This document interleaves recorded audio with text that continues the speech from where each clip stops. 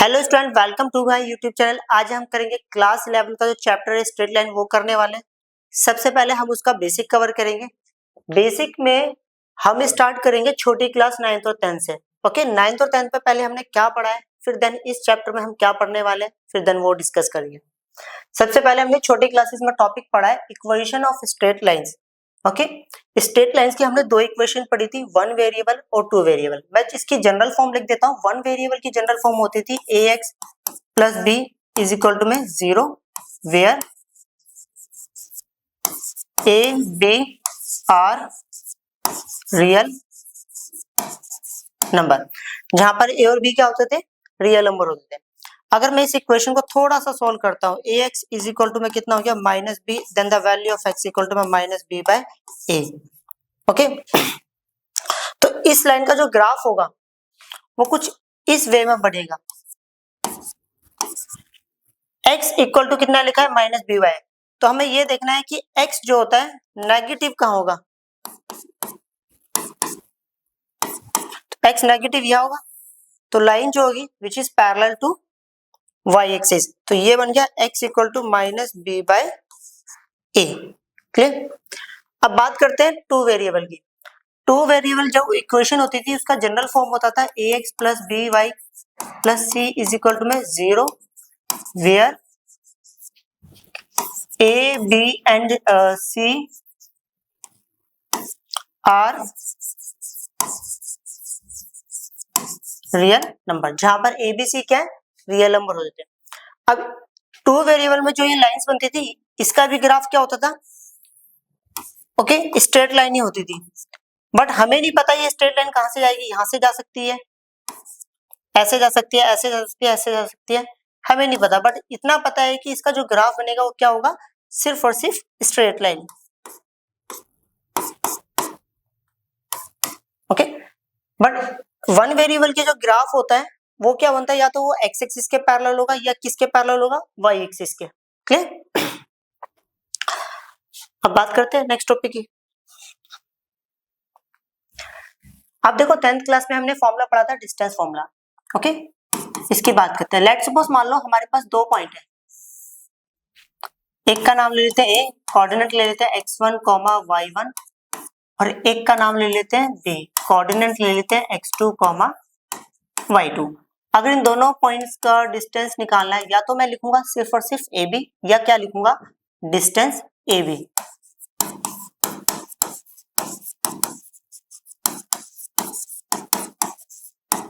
Formula होता है हमारे पास रूट x2 माइनस x1 का whole square plus y2 minus y1 का होल स्क्वायर, या दूसरे शब्दों में हम इसको ऐसा भी लिख सकते हैं x1 माइनस x2 का whole square plus y1 minus y2 का whole square.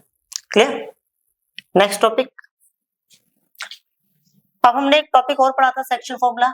Okay, 10th class में, जिसमें होता है क्या है कि सबसे पहले दो पॉइंट ज्वाइन करके एक लाइन बना रहे हैं।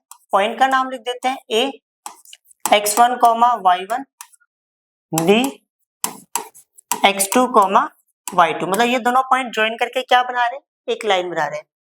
एक पॉइंट है जिसका नाम दे देता हूं सी। ओके, जो इस लाइन को किसी रेशियो में डिवाइड कर रहा है, तो मैं लेट कर लेता हूं, let see divides A B in m ratio n। मान लिया जो c है वो ए बी को किस रेशियो में डिवाइड कर रहा है, m रेशियो n। मींस यहां से लेके यहां तक का जो डिस्टेंस है दैट इज कॉल्ड m ले लेते हैं, यहां से यहां तक का कितना मान लेते हैं, n। तो c के जो कोऑर्डिनेट का फॉर्मूला होगा वो होगा mx2 plus nx1 divided by m plus n, comma my2 plus ny1 divided by m plus n। Clear. अब चलते हैं नेक्स्ट टॉपिक की तरफ। एक फॉर्मूला ये भी पढ़ा था, mid point formula. Let's suppose दो पॉइंट ज्वाइन करके एक लाइन बना रहे हैं। पॉइंट का नाम दे देते हैं ए x1 y1, दूसरे का दे दिया बी x2 y2। एक पॉइंट है जिसका नाम दे दिया सी, तो यहां लिख दिया सी डिवाइड्स ए बी इन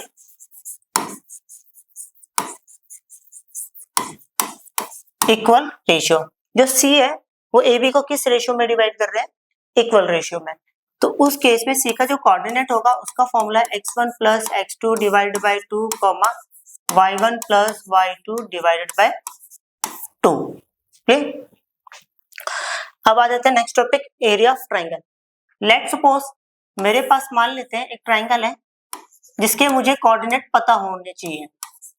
मतलब मुझे कोऑर्डिनेट पता है, उसके कोऑर्डिनेट क्या है? तीनों coordinate a x1, y1, b x2, y2 और c x3, y3। Okay, area निकालने का फॉर्मूला समझना है यहाँ पर ट्रिक से। पहले तो देखो हमें एक बात पता चली, देखो एरिया का फॉर्मूला हो गया 1/2, हमने यहाँ डाल दिया मॉडुलस, क्योंकि एरिया क्या है? नेगेटिव नहीं हो सकता। ओके चलो, अब ट्रिक क्या है? हमें क्लॉकवाइज डायरेक्शन में चलना है। ओके, अगर मैंने यहां से x1 लिया है तो नेक्स्ट वाले का y लेंगे हम, तो यहां पर कितना आ गया? y2 minus y3। क्लियर? इसकी डाइम खत्म, अब बारी किसकी? इसकी। अगर मैं इसमें x वाला पॉइंट लूंगा तो इसको छोड़कर अब जो बचे होंगे, बचे कौन से? ये वाला और ये वाला, तो इसमें लेंगे हम y3 माइनस y1। क्लियर? अब इसकी बारी खत्म, बारी किसकी है? इसकी। अगर मैंने यहां से x3 लिया है, ओके, तो तो इसको छोड़ के बचा कौन? ये और ये, तो यहां से लेंगे y1 माइनस y2। ओके, तो ये था इस फॉर्मूला निकालने का ट्रिक। और ये कॉन्सेप्ट कब लगाना है? एरिया ऑफ ट्रायंगल का जब हमारे पास तीनों पॉइंट्स गिवन होंगे। क्लियर? अब आ जाते हैं नेक्स्ट टॉपिक पर। देखो अब आए हम क्लास 11th में। ओके, वो सब तो हमने छोटी क्लासेस में पढ़ लिया था पहले। अब बात करते हैं स्लोप ऑफ लाइन। अब ये स्लोप ऑफ लाइन होता है क्या है वो समझते हैं। यहां पर लिखा है the angle theta made by the line L, ये एल है। Okay, with the positive direction of x axis and measure anti clockwise is called the inclination of line। Okay, अभी भी मैंने स्लोप की बात नहीं करी है, यहाँ पर सिर्फ जो बात हुई है इंक्लिनेशन ऑफ लाइन की बात हुई है। अब ये होता क्या है वो समझाता हूँ। ये मेरे पास x एक्सिस है, ये मेरे पास y एक्सिस है। ओके, देखो इसको समझने से पहले एक छोटा सा कॉन्सेप्ट और समझना है। अभी तक हमने पीछे पढ़ा था, स्ट्रेट लाइन पढ़ी थी, 1 वेरिएबल 2 वेरिएबल्स। ओके, हमने वहां पे एक नोटिस करा था, जब हमने 1 वेरिएबल 2 वेरिएबल दोनों पढ़ा था तो हमने नोटिस करा कि यहाँ पर सिर्फ और सिर्फ लाइन की बात हो रही थी, एंगल की बात हो ही नहीं रही थी। अब जो स्लोप ऑफ लाइन होता है ना, वो क्या होता है कि लाइन के साथ एंगल चलना। मतलब अभी तक हमने जितनी भी प्रॉब्लम सोल्व करी थी उसमें सिर्फ और सिर्फ लाइन का जिक्र होता था। अब हमें लाइन के साथ एंगल भी लेके चलना है साथ में। Okay, line plus angle is known as slope. Okay, अब यहाँ बात करते हैं। मेरे पास एक लाइन है, इस लाइन का नाम दे दिया मैंने L। ओके, अब इसमें लिखा था स्लोप ऑफ लाइन होता क्या है पहले वो समझते हैं। The angle theta made by the line L, okay, with the positive direction of x axis. इन्होंने बोला है x एक्सिस की पॉजिटिव डायरेक्शन, कहने का मतलब है यहाँ पर देखने पर x कैसा दिखता है? पॉजिटिव। x एक्सिस की पॉजिटिव डायरेक्शन में, एंटी क्लॉकवाइज सेंस में, इस लाइन के साथ ये जो थीटा है, ओके, लाइन के साथ थीटा, इसी कॉन्सेप्ट को बोला जाता है इंक्लिनेशन ऑफ लाइन। क्या बोला जाता है? Inclination of line. ओके, जब हम इस थीटा को tan की टर्म में लिख देते हैं, जब इस एंगल को tan की टर्म में लिख देते हैं तो ये बनता है हमारा स्लोप ऑफ लाइन। क्लियर? एक और बार रिपीट करते हैं। जब किसी लाइन के साथ हमें कोई एंगल बनाना था, और एंगल कैसे बनाना है? एक्स एक्सिस की पॉजिटिव डायरेक्शन में, एंटी क्लॉकवाइज सेंस में। ओके, जो एक कंप्लीट सिस्टम जनरेट होता है, इस सिस्टम को बोलते हैं इंक्लिनेशन ऑफ लाइन। जब इस थीटा को tan के टर्म में लिखते हैं तो उसे बोलते हैं स्लोप ऑफ लाइन या ग्रेडियंट। ये वाला वर्ड बहुत कम यूज होता है, अब ये वाला वर्ड यूज करेंगे। अब स्लोप ऑफ लाइन या tan थीटा को यहाँ पर नाम दिया, बेसिकली स्लोप को हम किससे रिप्रेजेंट करते हैं? m से। क्लियर? अब करते हैं नेक्स्ट टॉपिक। अब देखो कॉलिनियर पॉइंट्स होता है क्या है, पॉइंट्स लाइन होना स्ट्रेट लाइन। सिंपल शब्द में बोले जब जो हमारे पॉइंट्स हो वो एक सीधी लाइन पर हो तो ऐसी कंडीशन या फैक्ट को बोला जाता है कॉलिनियर पॉइंट्स। ओके, बस जो पॉइंट्स होने चाहिए वो सीधी लाइन पर हो। फॉर एग्जाम्पल यहाँ पर देखिएगा ये जो पॉइंट्स है ये एक सीधी लाइन पर नहीं है तो ये हमारा कॉलिनियर ओके पॉइंट्स का कॉन्सेप्ट नहीं अप्लाई हो सकता है इसमें। क्यों? क्योंकि ये चीज यहाँ से बैंड हो गई है। क्लियर? अब यहाँ पर एक छोटा सा पॉइंट पढ़ रहे हैं, collinearity of 3 points. Okay, in terms of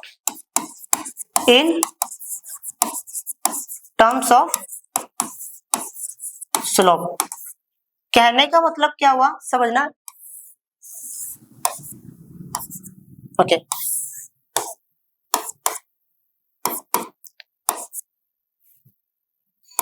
line का नाम दे दिया एल। मान लो इस लाइन पे 3 पॉइंट है, एक का नाम दे दिया ए, एक का नाम दे दिया बी और एक का नाम दे दिया सी। अब इनके सॉरी ओके, ए के कोऑर्डिनेट मैं पीछे की तरफ लिख देता हूँ x1, y1, बी के x2, y2 और सी के x3, y3। अब हम एक चीज नोटिस कर रहे हैं, तीनों के लिए जो एंगल है वो थीटा बन रहा है। क्लियर? अगर मैं बात करूं एसी वाली लाइन की, okay,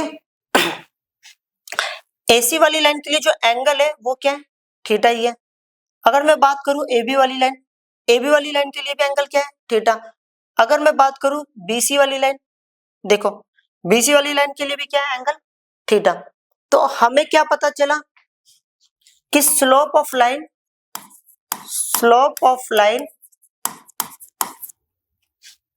AB is equal to slope of line BC is equal to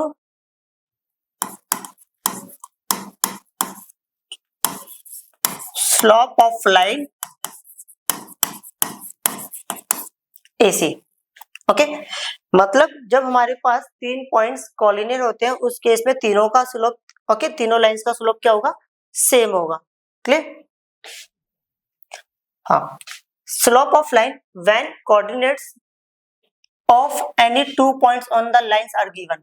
ये ऑफ है, ओके, ये गलत लिखा हुआ है। चलो, slope of line when coordinates of any 2 points on the line are given, इसका मतलब हुआ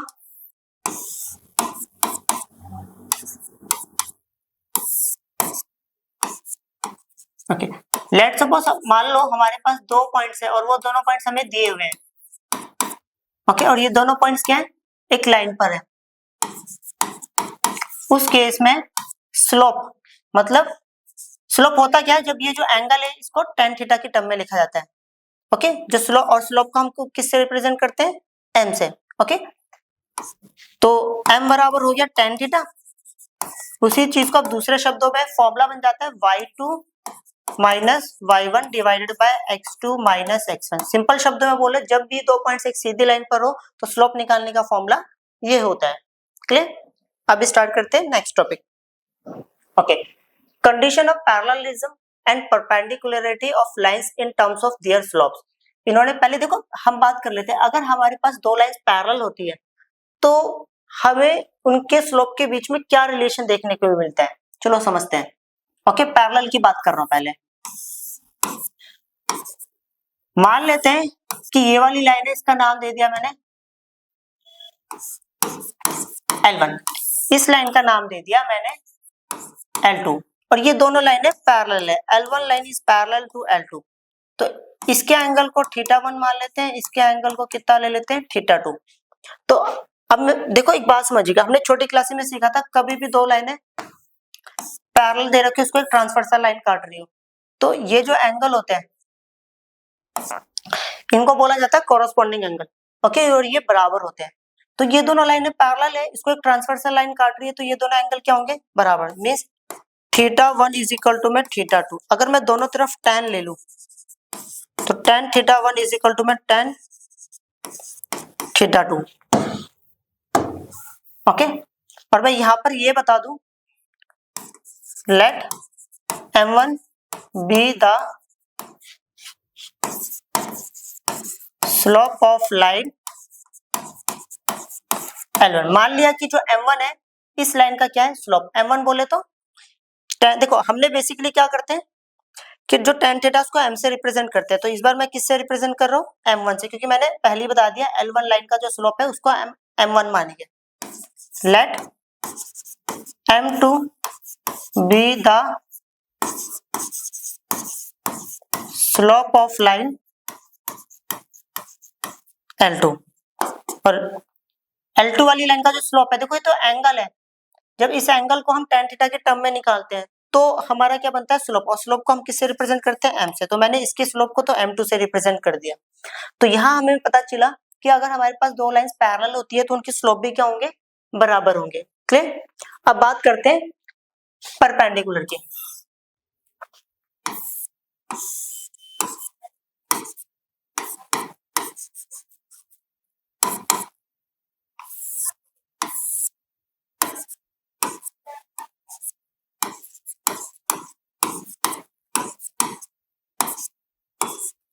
सबसे पहले तो मैं लेट कर लेता हूं, let M1 be the slope of line L1। Let M2 be the slope of line L2। Clear. मैंने यहाँ पे बताया M1 जो है लाइन L1 का क्या है स्लोप मान लिया उसको, और M2 को लाइन L2 का स्लोप मान लिया। ओके।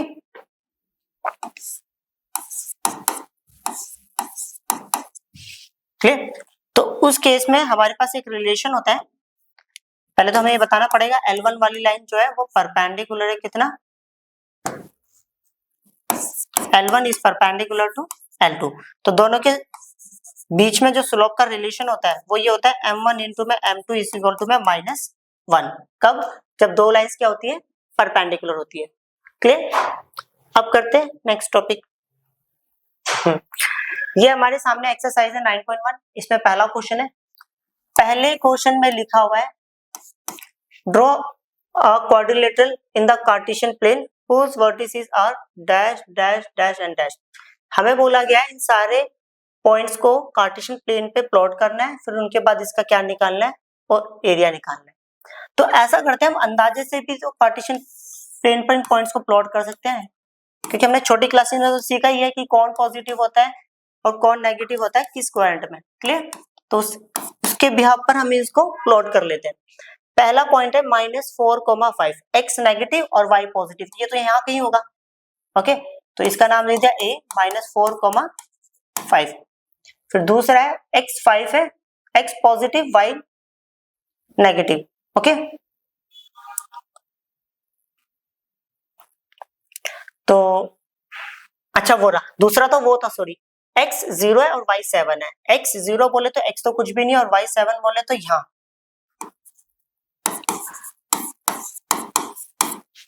तीसरा है x 5 है एंड y -5, तो x तो 5 हो गया और y -5 तो यहाँ कहीं होगा। और चौथा है d x -4, तो ये यहाँ कहीं होगा, -4, -2, तो इसका नाम दे दिया d।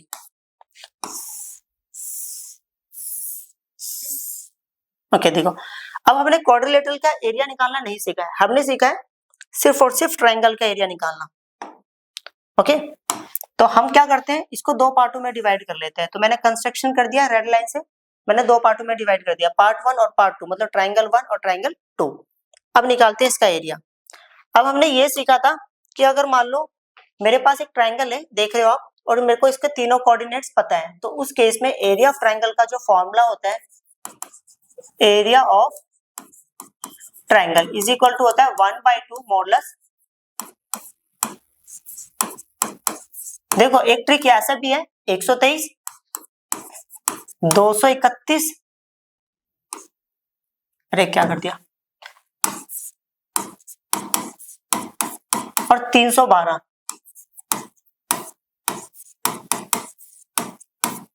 ओके, 123, 231 और 312, एक ट्रिक ऐसे भी बन जाती है। ओके, अब बात करते हैं किस ट्रायंगल के एरिया की बात हो रही है, एरिया निकाल रहे हैं ट्राइंगल का नाम है ABC। क्लियर? अब 2 मिनट के लिए ऐसा करते हैं, मैं इसको x1 मान लेता हूँ, y1, x2, y2 और x3, y3। क्लियर? अब एरिया की बात करें तो 1/2, x1 है मेरे पास -4, y2 है 7, y3 है -5, माइनस माइनस हो गया प्लस, प्लस x2 है 0। अब इसको लिखने की जरूरत ही नहीं है क्योंकि वैसे भी 0 ही हो जाएगा। x3 5, y1 5 और y2 7। ओके, तो ये हो गया 1/2, कितना हो गया 7 और 5 12। Okay, 12 4 the 48 -48। ओके, 0 को मल्टीप्लाई करूंगा ये तो 0 हो गया। ये कितना हो गया +5 -7 -2, -2 को इससे मल्टीप्लाई करेंगे -10।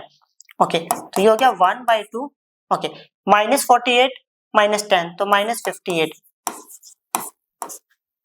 मॉडुलस मतलब बोले तो ये डंडा, ये मॉडुलस होता है, मॉडुलस जब भी हटता है तो इसका साइन क्या हो जाता है पॉजिटिव, तो ये हो गया 58। ओके, तो ये लिख दिया मैंने 58/2 स्क्वायर यूनिट। ओके, अब ऐसा करते हैं दूसरे कलर से। अब ये ट्रायंगल दिख रहा है हमें AC और D, तो अब इस बार इसको ले लेते हैं x1 y1 x2 y2 और x3 y3। अब करते हैं दोबारा, अब निकालना है एरिया ऑफ ट्रायंगल, क्या नाम है इसका AC और D। फॉर्मूला है 1/2 x1 कितना है -4, y2 y3 कितना है 5 सॉरी -5 और y3 है -2, तो कितना हो गया +2 प्लस x2 कितना है 5। Okay, y3 -2, y1 5, x3 -4, y1 की वैल्यू जो है यहाँ पर 5 है, माइनस y2 की वैल्यू -5, तो कितना हो गया +5 और ये मॉडुलस क्लोज। ये आ गया 1/2। ओके, -5 + 2 -3 हो गया, -3 को इससे मल्टीप्लाई करेंगे तो ये आएगा +12। ओके, -2 -5 तो -7, -7 5 35 तो -35। ओके, 5 और 5 10, 10 को इससे मल्टीप्लाई करेंगे तो -40। ओके, तो फाइनली ये आ गया 1/2। ओके, 40 + 35 देखो ये हो गया 12 -75। ओके, तो ये आ गया 1/2। ओके, 5 में से 2 गया तो 3, 4 में से 1 गया तो 6, ये हो गया। अच्छा, नेगेटिव आएगा और नेगेटिव का मॉडुलस होता है पॉजिटिव, तो 63/2 स्क्वायर यूनिट। ओके, अब मैं बात करूं एरिया की, फिगर का नाम है ABCD बराबर है area of triangle ABC plus area of triangle ACD। Okay, पहले वाले का एरिया आया था 58/2 स्क्वायर यूनिट और इसका है 63/2 स्क्वायर यूनिट। दोनों का डिनोमिनेटर सेम है, एक बार लिख दिया। 8 और 3 11, 11 का 1 कैरी गया 1, 4 6 12, 121 स्क्वायर यूनिट। एक बार चेक कर लेते हैं इतना ही है या और सॉल्व करना है।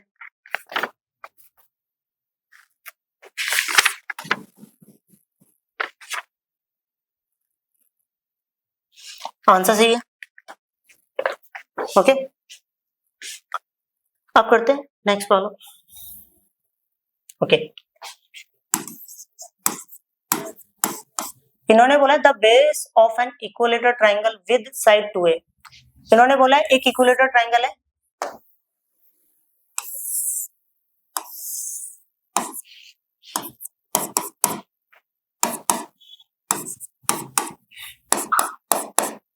Okay, the base of an equilateral triangle, एक इक्विलेटरल ट्रायंगल है ना जिसका जो बेस है, जिसकी साइड कितनी है 2a, lies along the y axis, और वो किसके ऊपर है, y एक्सिस पर है। Okay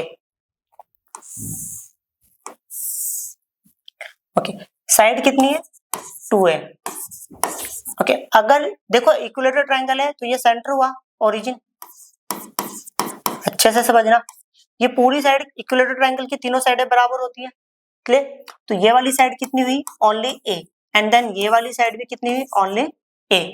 okay, such that the mid point of the base is at origin. इन्होंने ये भी बोला है जो बेस का मिड पॉइंट होगा वो ओरिजिन है। Okay, find the vertices of triangle, triangle के वर्टिसेस निकालने, क्लियर। अब थोड़ा सोचते हैं कैसे निकालेंगे।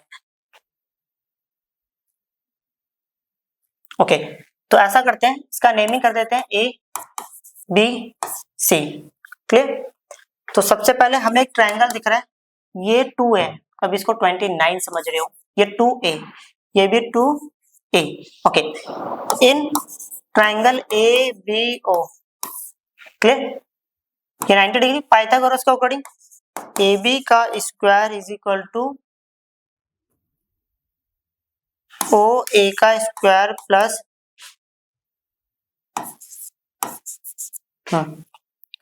ओ बी का स्क्वायर। तो ए बी कितना है हमारे पास, 2a का स्क्वायर है, इज इक्वल टू ओ ए कितना है, a का स्क्वायर, ओ बी कितना है ये नहीं पता है, क्लियर। यहां हो गया 4a square is equal to a का स्क्वायर प्लस ओ बी का स्क्वायर, क्लियर। इधर पॉजिटिव है, इधर के नेगेटिव हो गया, 4a का स्क्वायर माइनस a का स्क्वायर इज इक्वल टू में ओ बी का स्क्वायर, तो ये आ गया 3a का स्क्वायर इज इक्वल टू में ओ बी का स्क्वायर। इधर स्क्वायर है, देन इधर आके क्या बनेगा, रूट, तो ये रूट बनेगा, तो आंसर आएगा प्लस माइनस रूट 3a का स्क्वायर, तो ये आएगा plus minus root 3a। Okay, ये हमें ओ बी मिल गया। अब एक बात बना कि ओ बी नेगेटिव तो हो नहीं सकता, तो इसका मतलब पता है क्या है, ये इसने आंसर सही दिया है, बट इसने क्या बताया है, हमें बस ये बोला गया था कि जो बेस होना चाहिए वो y एक्सिस पे होना चाहिए, और ओरिजिन जो होना चाहिए वो इसका मिड पॉइंट होना चाहिए, तो वो शेप तो यहाँ पर भी बन सकती है ना, क्लियर। वो इसका नाम दे दिया ए बी सी डी नाम दे देते हैं। तो कहने का मतलब है कि देखना, आप समझना, पहले अगर मैं ए के कोऑर्डिनेट की बात करूं तो y कितना है, x तो यहाँ पर 0 है और y कितना है, a है, तो a का कोऑर्डिनेट तो मिल गया 0, a, क्लियर। अगर b के कोऑर्डिनेट की बात करूं, यहां से लेके यहां तक का डिस्टेंस अब हम लेंगे रूट 3a और y कितना हो जाएगा 0, तो ये है b के कोऑर्डिनेट भी रूट 3a, 0। अगर मैं c के कोऑर्डिनेट की बात करूं तो c का जो कोऑर्डिनेट होगा यहां से यहां तक का डिस्टेंस कितना है, a है, तो ये हो गया 0, -a।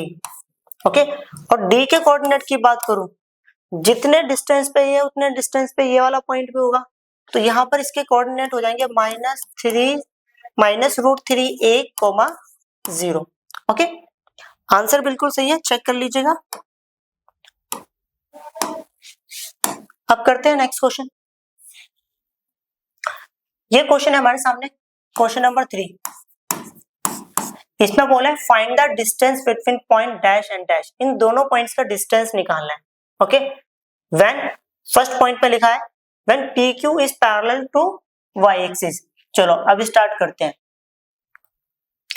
P और Q जो है y एक्सिस के पैरेलल है। ओके, ये P पॉइंट है, P के कोऑर्डिनेट है x1, y1 और Q के पॉइंट है x2, y2। अब इन दोनों को ज्वाइन करें, एक लाइन बनी और ये लाइन किसके पैरेलल है? y के। ओके, तो यहां से एक छोटी सी बात समझिए पहले, x ये x1 है तो ये कितना होगा? y1। क्लियर? अगर जब ये पॉइंट बना होगा तो ये कैसे बना होगा? ये क्या है? x2 है और ये क्या होगा? y2। तो यहां से हमें सीखने को मिला भाई x1 और x2 बराबर है। ओके, आप ही समझिएगा, मैं चाहे इसको x1 बोलूं या इसको x2 बोलूं, क्योंकि सेम जगह पर ये दोनों x1 और x2, तो मैं इसको बोल सकता हूं x1 x2 के क्या है? बराबर है। अब डिस्टेंस निकालते हैं, मतलब अगर हम डिस्टेंस निकालेंगे तो डिस्टेंस फॉर्मूला है ये x2 माइनस x1 का whole square plus y2 minus y1 का होल स्क्वायर। ओके, x2 क्या है? x2 को हम क्या बोल सकते हैं? x1 बोल सकते हैं, तो ये x1 लिख दिया माइनस x1 का whole square plus y2 minus y1 का होल स्क्वायर, इसके ऊपर रूट, तो ये तो 0 हो गया। ओके, इसको तो हम लिखेंगे नहीं, तो बचा क्या? रूट y2 माइनस y1 का होल स्क्वायर। अब एक छोटा सा कॉन्सेप्ट सीखना। ओके, सेकंड चैप्टर में पढ़ा था, अगर a का स्क्वायर और इसके ऊपर रूट है तो मैं इसको लिखता हूँ मॉडुलस ऑफ a, तो मैं इस चीज को बोल सकता हूँ modulus of y2 minus y1। Clear? Second point, इसमें बोला गया था PQ is parallel to x axis, ये x एक्सिस हो गया और ये y एक्सिस। अब जो PQ है ये P मान लेते हैं और ये Q, x1 y1 Q x2 y2। Okay, अब जो PQ वाली लाइन है वो किसके पैरेलल है? x एक्सिस के। तो पहले ये समझते हैं, जब ये पॉइंट बना होगा तो हमने कैसे बनाया होगा? x लिया होगा x1 और y लिया होगा y1। जब ये पॉइंट बना होगा तो हमने कैसे बनाया होगा? x लिया होगा x2 और y लिया होगा y2। क्लियर? तो इसका मतलब है कि भाई यहाँ पर y1 और y2 क्या है? सेम है। क्लियर? तो अब डिस्टेंस निकाल लेते हैं PQ, वही फॉर्मूला x2 माइनस x1 का whole square plus y2 minus y1 का होल स्क्वायर। x2 कितना है? कुछ नहीं है, x2 माइनस x1 का होल स्क्वायर, y2 को मैं बोल सकता हूँ y1, तो ये आएगा y1 माइनस y1 का होल स्क्वायर। अब y माइनस y1 ये तो 0 हो गया, ये तो लिखेंगे नहीं, तो बचेगा क्या? रूट x2 माइनस x1 का होल स्क्वायर। अभी 2 मिनट पहले पढ़ा था, किसी नंबर का स्क्वायर और रूट होता है तो उस नंबर को हम बोलते हैं modulus, modulus x2 minus x1। Okay, unit लिखना है तो यूनिट लिख देगा क्योंकि डिस्टेंस है ये। क्लियर? अब करते हैं नेक्स्ट प्रॉब्लम। इसमें लिखा find a point on x axis, एक पॉइंट है जो एक्स एक्सिस पर है which is equi distance from the point dash and dash. छोटा सा शेप बना लेते हैं, मान लेते हैं कोई पॉइंट है वो एक्स वाली लाइन पर है। अगर पॉइंट एक्स वाली लाइन पर है, ओके, तो उस पॉइंट को मैं मान लेता हूं a,0 टाइप का। अब ये जो पॉइंट है दो पॉइंट से बराबर डिस्टेंस पर है, एक का ले लेते हैं b नाम 7,6 और दूसरे का ले लेते हैं c 3,4। तो यहां से हमें क्या सीखने को मिला? Distance of AB is equal to में डिस्टेंस ऑफ AC। अगर यहाँ पर डिस्टेंस फॉर्मूला लगाऊं तो फॉर्मूला होगा x2 माइनस x1 का whole square plus y2 minus y1 का होल स्क्वायर। अब फॉर्मूला तो पीछे लिखवा दिया मैंने, root x2 minus means a minus 3 का whole square y2 minus y1 का होल स्क्वायर। रूट से रूट कैंसिल आउट हो गया। ओके, तो ये हो गया a का स्क्वायर प्लस b का स्क्वायर माइनस 2a इंटू में b, और ये माइनस 6 का स्क्वायर हो जाएगा 36 इज इक्वल टू a का स्क्वायर प्लस b का 3 का स्क्वायर करेंगे b का square plus 2ab, sorry minus 2ab, तो माइनस 6a और ये आएगा 4 4 the 16, this one cancel by this all one. Okay, समझते हैं क्या आएगा? ओके, तो ये आएगा -14a प्लस में 36 इज इक्वल टू में 9। ओ ये तो बच गया, 7 7 दा 49, 9 माइनस 6a प्लस में 16।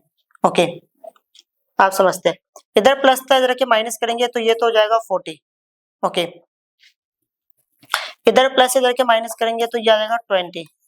क्लियर, इधर माइनस से इधर के प्लस करेंगे तो कितना होगा, 14 में से 6 गया तो ये आ गया 8a, तो ये आएगा 0 6 इज इक्वल टू में 8a। क्लियर, 4 के टेबल से काट देता हूँ, 4 1 दा 4, 4 2 दा 8। ओके, 4 के टेबल से काटूंगा कितना होगा, 4 1 दा 4, 4 5 दा 20, then the value of a is equal to में 15/2। ओके, एक बार चेक कर लेते हैं। चलो सही है, a का जो कोऑर्डिनेट होगा वो क्या होगा, a, 0 बोले तो 15/2, 0। क्लियर, आंसर सही है। अब करते हैं नेक्स्ट पॉइंट। ये क्वेश्चन है हमारे सामने, find the slope of line which passes through the origin and the midpoint of the line segment joining the point dash and dash। Okay, देखो क्या बोला गया है, अच्छे से समझना। एक लाइन का स्लोप निकालना है, ओके, जो कि पास हो रहा है, वो लाइन जा रही है ओरिजिन से।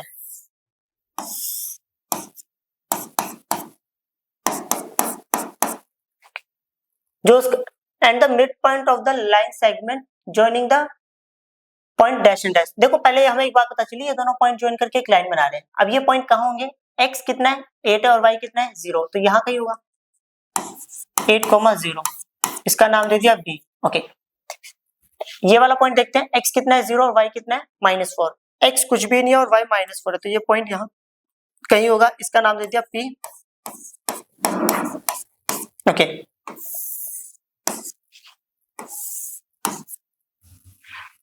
क्लियर।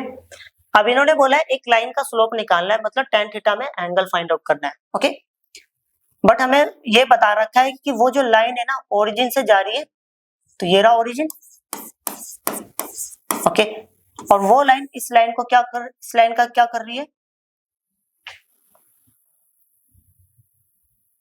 ओके, वो लाइन इस लाइन का क्या कर रही है, 2 इक्वल पार्ट्स में डिवाइड कर रही है। ये बोला गया है कि ज्वाइन करके जो लाइन बनी है, ओके, जो ये लाइन जा रही है ये इसका क्या बनेगा, मिड पॉइंट बनेगा।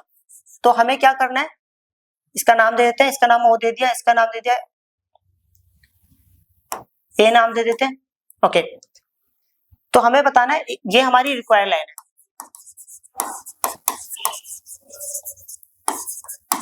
और इस लाइन की हमें बतानी है इक्वेशन। तो कैसे बताएंगे, समझना। सबसे पहले ऐसा लगाते हैं, इस वाली लाइन में मिड पॉइंट फॉर्मूला लगा लेते हैं। Okay, a is the mid point of line, क्या नाम था इसका, PB। a जो है PB वाली लाइन का मिड पॉइंट है, तो a के कोऑर्डिनेट का फॉर्मूला हो गया x1 plus x2 divided by 2, y1 plus y2 divided by 2। तो a का जो फॉर्मूला होगा, x1 ले लेते हैं इसको 0 और x2 ये हो गया 8 डिवाइडेड बाय 2, y1 कितना है -4 और y2 कितना है 0 है डिवाइडेड बाय 2। तो ये a का कोऑर्डिनेट हो गया 8/2 4 हो गया, और ये आएगा -2 सॉल्व करेंगे तो। अब मुझे ये पॉइंट मिल गया, एक पॉइंट और पता है। अब हमने ये सीखा था कि अगर हमें 2 पॉइंट्स पता हो तो स्लोप हम कैसे फाइंड आउट करते हैं, उसका फॉर्मूला ये। ओके, तो मैं लिख देता हूं, slope of line a O is equal to, formula ये पढ़ा था हमने, y2 minus y1 divided by x2 minus x1। Clear, देखो एक पॉइंट ए और एक पॉइंट ई है, तो इसको ले लेते हैं y2 0 माइनस y1 ले लेते हैं इसको -2, x2 0, x1 कितना है 4 है। तो फाइनली मेरे पास आया 2/-4 वी विल गेट -1/2। जो स्लोप होगा कितना होगा, -1/2। और स्लोप को हम दूसरे शब्दों में क्या बोलते हैं, tan थीटा या m। क्लियर, अब करते हैं नेक्स्ट प्रॉब्लम, ये क्वेश्चन है हमारे सामने, क्वेश्चन नंबर 6। इसमें बोला गया है without using the Pythagoras theorem. Okay, इन्होंने साफ साफ बोल दिया पाइथागोरस थ्योरम का यूज ही नहीं करना है। Show that the points dash dash and dash are the vertices of right angle triangle. तो हमें ये पॉइंट्स बताने हैं कि ये तीनों पॉइंट्स क्या बना रहे हैं, एक राइट एंगल ट्रायंगल बना रहे हैं। तो कैसे चेक करेंगे, एक पॉइंट को ले लिया मैंने ए, जिसके कोऑर्डिनेट को ले लिया 4,4, दूसरे को ले लिया बी, कोऑर्डिनेट को ले लिया 3,5, तीसरे को ले लिया सी -1,1। ओके, तो मैं ऐसा करता हूं, स्लोप निकाल लेता हूं पहले ए बी का, slope of line A B, और इसके लाइन के स्लोप को मैं मान लेता हूं m1। ओके, हमने फॉर्मूला देखो, जब दो पॉइंट्स पढ़ता हो तो फॉर्मूला पढ़ा था y2 - y1 divided by x2 - x1। Okay, चलो y2 - y1 means 5 - 4 divided by 3 - 4, तो ये आ गया finally 1 by -1, we will get -1। अब निकाल लेते हैं स्लोप ऑफ लाइन BC, और इसको मान लेते हैं m2। फॉर्मूला यही होगा y2 - y1 -1 - 5 divided by x2 - x1 -1 और -3, तो ये आएगा -6 बाय -4। ओके, तो ये माइनस से माइनस कर दिया, 2 के टेबल से काटेंगे, 3 1 the 3, 3 2 the sorry 2 3 the 6, 2 2 the 4। Okay, अब ऐसा करते हैं, स्लोप ऑफ लाइन क्या बचा AC, जिसका नाम दे देते हैं M3। फॉर्मूला वही होगा y2 - y1 divided by x2 - x1 means -1 -4। Okay, तो ये आएगा -5 और ये कितना आएगा -5, कैंसिल आउट होगा, आंसर आएगा 1। अब हमने पढ़ा था अगर हमारे पास दो लाइंस परपेंडिकुलर होती है तो उनके स्लोप के बीच में रिलेशन होता है m1 इंटू में m2 इक्वल टू -1। तो हम देख लेते हैं किसी दो को स्लोप को मल्टीप्लाई करने पर क्या हमारा आंसर 1 आ रहा है, सॉरी -1 आ रहा है, चेक करते हैं। इस लाइन का स्लोप था, मतलब slope of line m1 into में m2, 3 निकाल लेते हैं। m1 वाली लाइन का स्लोप है -1, m3 वाली लाइन का स्लोप है 1, मल्टीप्लाई करेंगे कितना होगा -1। तो हमें क्या पता चला कि देखो दो लाइन की स्लोप को मल्टीप्लाई करने पर अगर -1 आ जाता है तो वो दोनों लाइनें क्या होती है, परपेंडिकुलर होती है। देयरफॉर AB परपेंडिकुलर टू क्या है, AC। अब परपेंडिकुलर बनना मतलब ओके, देयरफॉर ट्रायंगल जो होगा therefore vertices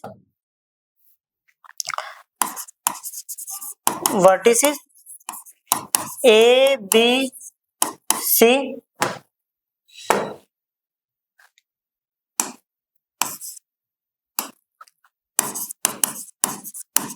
form a right angle triangle। तो हमें पता चल गया जो वर्टिसेस है ABC वो क्या बना रहे हैं, राइट एंगल ट्रायंगल बना रहे हैं। क्लियर, अब करते हैं नेक्स्ट प्रॉब्लम। ये क्वेश्चन है हमारे सामने।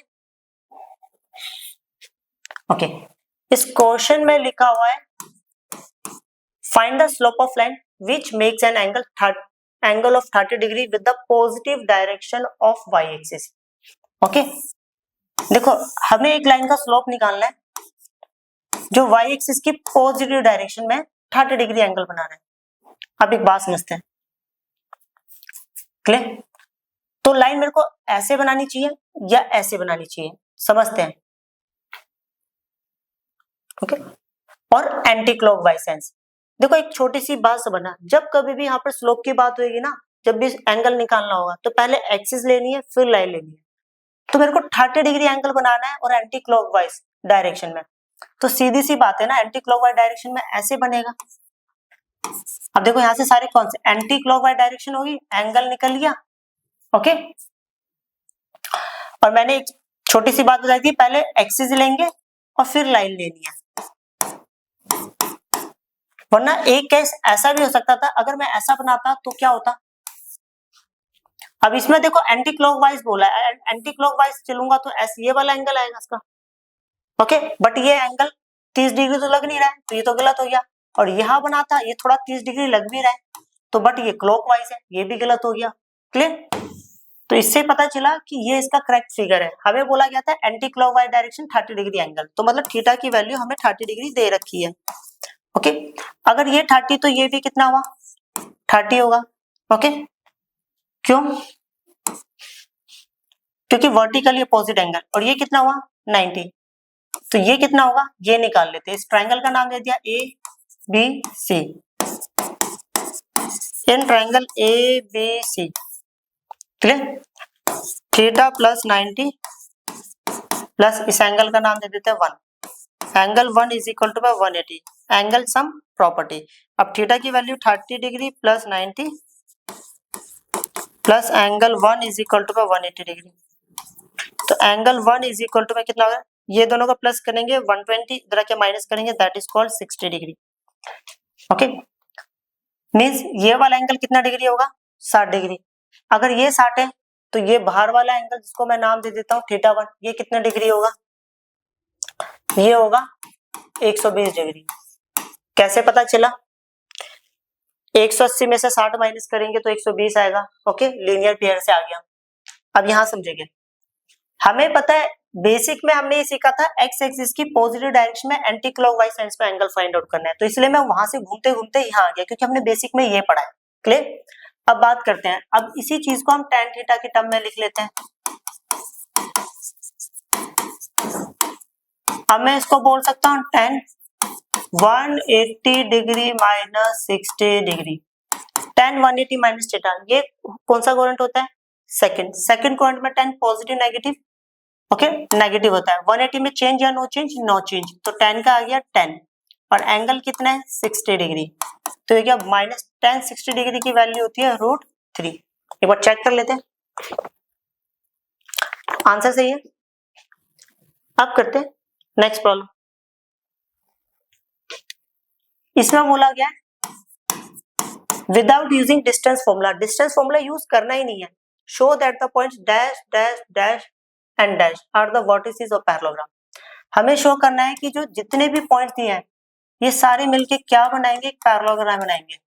ओके, कितना लिखा, सॉरी गलती होगी, x माइनस -2 -1, b ले लेते हैं इसको 4, 0, ओके, एक को ले लेते हैं c 3, 3, और एक को ले लेते हैं d -3, 2। मैं 2 मिनट के लिए एक रफ फिगर बना लेता हूं यहाँ पर, ताकि पता चल जाए हमें क्या क्या निकालना है, ए बी सी और डी। ओके, हमें तो ये बताना है पैरेललोग्राम में, बस मैंने एक रफली एक क्वाड्रिलेटरल बना लिया, जिससे ये पता कर पाऊं कि मुझे कौन कौन सी साइडों निकालनी है। देखो अभी एक बात बना, अगर मेरे को सही में इसको पैरेललोग्राम प्रूफ करना है तो मैं फिगर ही बना लेता हूँ। अगर मेरे को सही में इसको पैरेललोग्राम प्रूफ करना है तो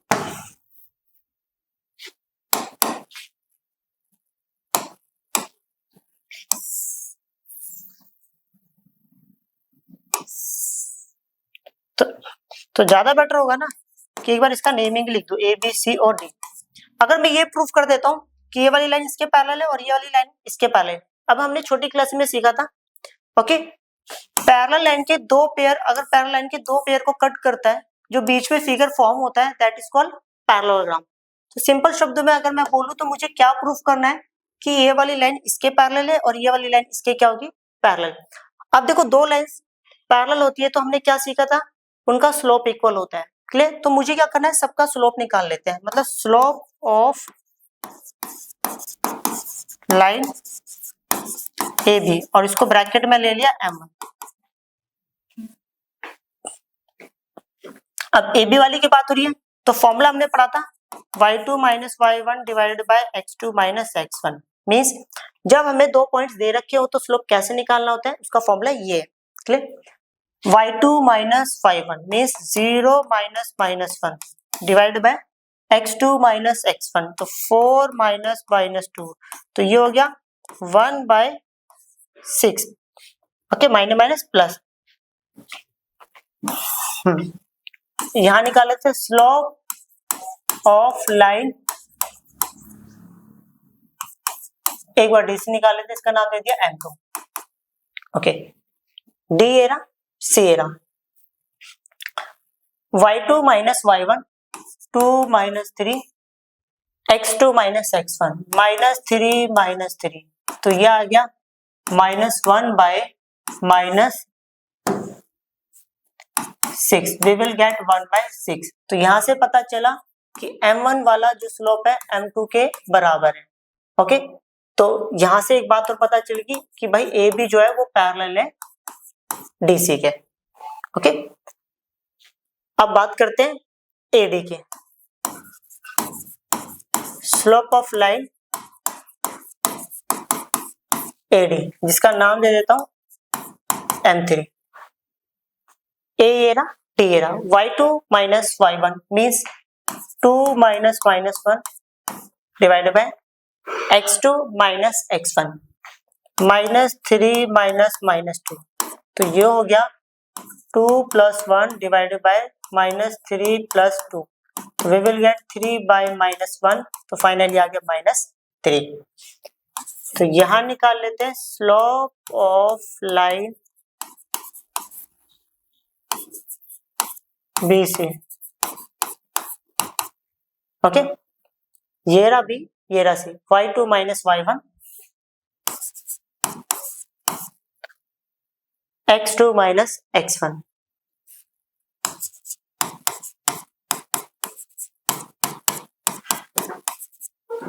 तो यहां से पता चला कि भाई M3 का जो स्लोप है, स्लोप ऑफ लाइन AD जो है वो बराबर है BC के, मतलब दो लाइंस पैरेलल होता है तो उनका स्लोप क्या होगा, बराबर होगा। अब स्लोप बराबर है तो इसका मतलब क्या है, ये दोनों लाइनें क्या हुई, पैरेलल हुई। देखो ये एक पैरेलल लाइन का पेयर है, ये भी एक पैरेलल लाइन का पेयर है, तो therefore points A B C and D form a parallelogram. तो यहां से पता चला ABCD क्या बना रहे हैं, एक पैरेललोग्राम बना रहे हैं। क्लियर? अब करते हैं नेक्स्ट प्रॉब्लम। ये हमारे सामने क्वेश्चन है, इसमें लिखा है find the angle between the x axis and the line joining the point dash and dash. Okay, तो सबसे पहले ऐसा करते हैं, इन पॉइंट्स को ही प्लॉट करके देख लेते हैं कहां बन रहे हैं points. That is called Y axis, that is called Y dash X और एक्स डैश। एक्स कितना है 3, 1 2 3 1 2 3 4। ओके, एक्स 3 एंड वाई कितना है -1, तो ये यहां का ही होगा ये पॉइंट, इसका नाम दे देते हैं ए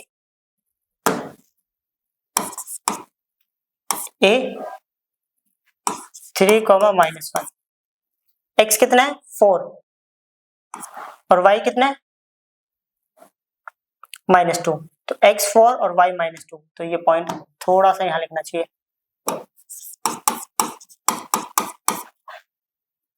यहाँ पे x है हमारे पास 4 और y है -2। अगर मैं लाइन बनाऊं तो ये लाइन कुछ ऐसे बनेगी। ओके, अब ये आ गई हमारे पास x एक्सिस और ये लाइन आ गई हमारे पास AB बोलो या लाइन L बोलो।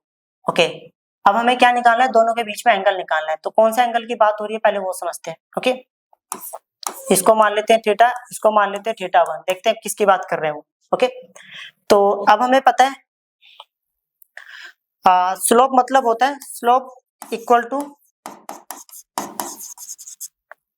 tan theta is equal to,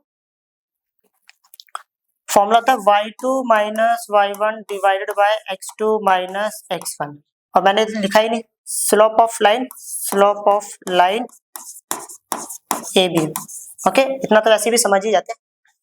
formula y2 बोले तो इसको ले लेते हैं y2 minus y1 divided x2 minus x1, तो ये -2 plus 1 divided by 1, we will get -1। Okay, तो इसका मतलब हुआ कि भाई tan theta is equal to हो गया -1, तो मैंने ये tan थीटा ही लिख रहने दिया। ये -1 को मैं बोल सकता हूँ tan π/4। अब हम इसको पढ़ेंगे tan किस क्वाड्रेंट में नेगेटिव होता है। दो ही क्वाड्रेंट होते हैं जिनमें tan नेगेटिव होता है, एक तो होता है सेकंड की रेंज होती है 180 माइनस थीटा, दूसरा होता है फोर्थ की होती है 360 माइनस थीटा। क्लियर। अब एक बात समझना, हमारे पास यहाँ पर दो केस बन गए, एक तो बन गया tan theta is equal to, इसको सोल्व करेंगे 4 1 4, इसको इससे करेंगे 4, इसको इससे करेंगे 1, तो 4 - 1 3 π/4। ओके, और यहाँ बात करते हैं tan theta is equal to कितना हो गया, इसको इससे करेंगे 8 - 1, एलसीएम ले लिया, इसको इससे करा, इसको इससे करा, तो ये आ गया 7 π/4। ओके, tan 7 π/4, ये से कैंसिल आउट हो गया, थीटा इक्वल टू हो गया 7 π/4। ओके, ये से कट गया तो थीटा इज इक्वल टू हो गया 3 π/4। तो मैं इसको ये बोल सकता हूँ 3 इंटू π/4 बोले तो 45 को 3 से मल्टीप्लाई करते हैं 135 डिग्री। ओके, ये तो π/4 बोले तो 45 को 7 से मल्टीप्लाई कर लेते हैं, तो ये हो गया 7 5 35, 7 4 28, 22 3 28 31, तो ये हो गया 315। अब दोनों में से कौन सा सही है कौन सा गलत है वो लेते हैं।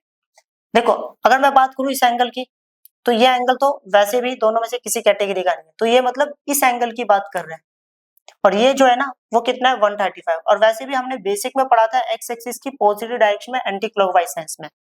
ओके, दूसरी बात, एक और बात समझनी है, स्लोप हमेशा दो ही एंगल बनाता है। ओके, जिन दोनों का सम कितना होता है 180 डिग्री, जिनको बोलते हैं सप्लीमेंट्री एंगल्स। ओके, तो ये तो वैसे भी 180 से ज्यादा है, तो ये पॉसिबल नहीं है। क्लियर, तो करेक्ट आंसर क्या है, ये वाला। क्लियर, अब करते हैं नेक्स्ट प्रॉब्लम। ये क्वेश्चन है हमारे सामने, इसमें लिखा था slope of line is double of slope of another line.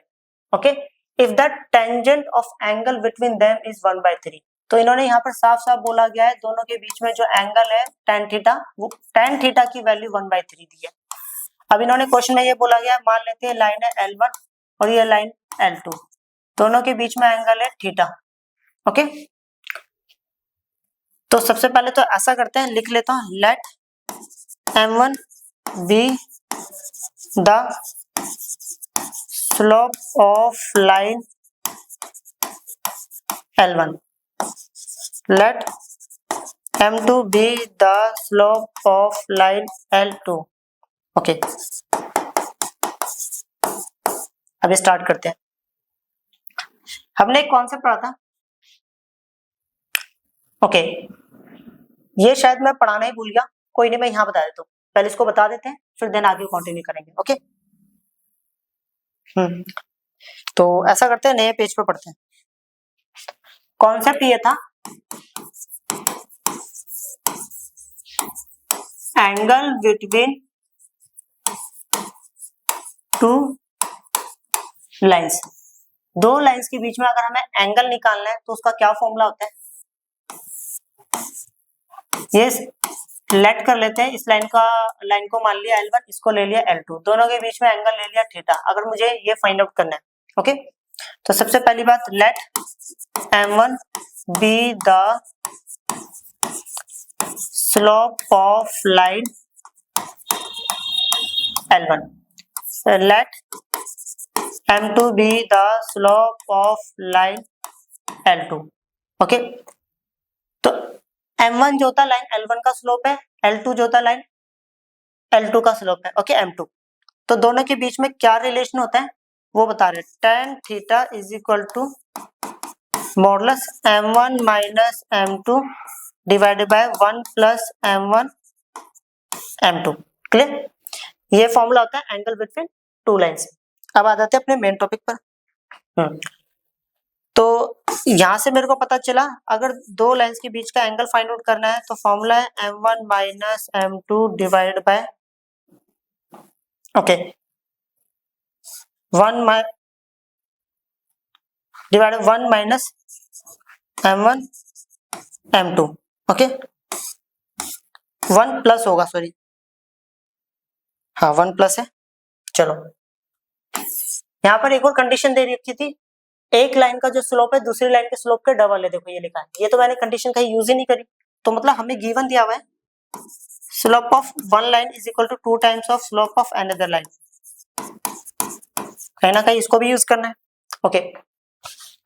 tan theta की वैल्यू कितनी है 1/3, m1 की जगह पर मैं कितना लिख सकता हूँ 2m2 minus m2 divided by 1 plus m1 की जगह पर 2m2 और ये m2, ओके। तो 1/3 इज इक्वल टू 2m2 में से m2 गया तो कितना आ गया m2, तो आएगा 1 प्लस 2m2 का स्क्वायर, ओके। जब भी मॉडुलस हटता है तो हमारे पास दो आंसर्स आते हैं, एक पॉजिटिव और एक नेगेटिव, तो m2 divide by 1 plus 2m2 का होल स्क्वायर, क्लियर। केस 1 पहला केस ये बन गया कि मैंने यहाँ पर ले लिया सिर्फ और सिर्फ पॉजिटिव टर्म, मीन बोले तो m2 divide by 1 plus 2m2 का स्क्वायर, ओके। पहले इसको सॉल्व कर लेते हैं, क्रॉस मल्टीप्लाई करूंगा 1 प्लस 2m2 का स्क्वायर इज इक्वल टू कितना हो गया 3m2, ओके। ये हमारे पास बन गई है क्वाड्रेटिक इक्वेशन, ओके। इसको सॉल्व कर लेते हैं, तो ये आएगा 2m2 का square minus 2m2 minus m2 plus 1 और इज इक्वल टू 0, दोनों में से कॉमन ले लिया मैंने 2m2, तो ये आएगा m2 माइनस 1 माइनस 1 कॉमन ले लिया, तो ये आ गया m2 माइनस 1 और इज इक्वल टू 0, दोनों में से कॉमन ले लिया m2 माइनस 1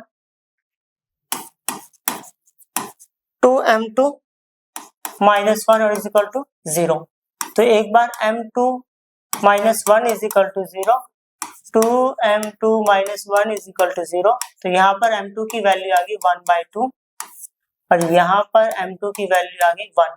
अगर m2 की वैल्यू 1 है, यहाँ पुट करता हूँ तो m1 की जो वैल्यू होगी वो होगी 2, और यहाँ पर अगर 1/2 रखता हूँ तो m1 की वैल्यू हो गई ओनली 1, ओके। ये तो केस 1 था। केस 2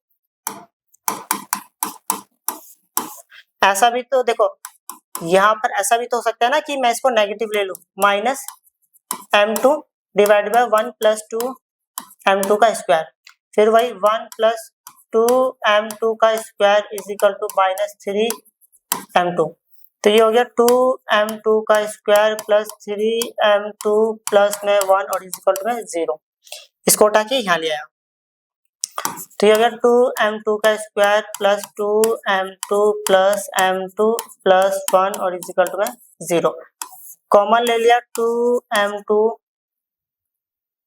कॉमन आ गया, तो ये आएगा m2 प्लस 1 और यहाँ पर मैंने कॉमन ले लिया 1, तो ये आएगा m2 प्लस में 1 और इज इक्वल टू 0, फिर कॉमन ले लिया तो ये आएगा m2 प्लस 1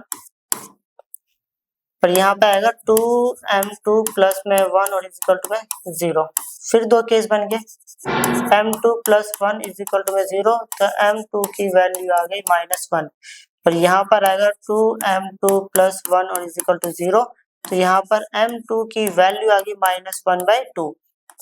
अगर m2 की वैल्यू -1 है, मैं यहाँ रख देता हूँ, तो m1 की वैल्यू कितनी आ गई -2, and the value of m1 is equal to में हो गया -2, m2 की वैल्यू -1/2 है, तो -1/2 रख दूंगा, तो ये 2 से 2 कटा, m1 की वैल्यू -1 आ गई, then the value of m1 is equal to में -1, क्लियर। देखते हैं नेक्स्ट प्रॉब्लम कोई है या नहीं, ओके हाँ ये लास्ट प्रॉब्लम है, ये करते हैं। इसमें लिखा है a line passes through point dash and dash, एक लाइन है जो इन दोनों पॉइंट्स को टच करके जा रही है,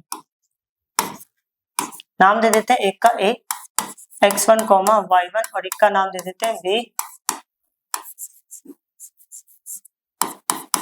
okay. If slope of line is m। इन दोनों लाइन का जो स्लोप है ना वो m है। तो मतलब सीधी सी बात है, slope of line AB is equal to में m। और लाइन का स्लोप का फॉर्मूला है y2 minus y1 divided by x2 minus x1। Okay,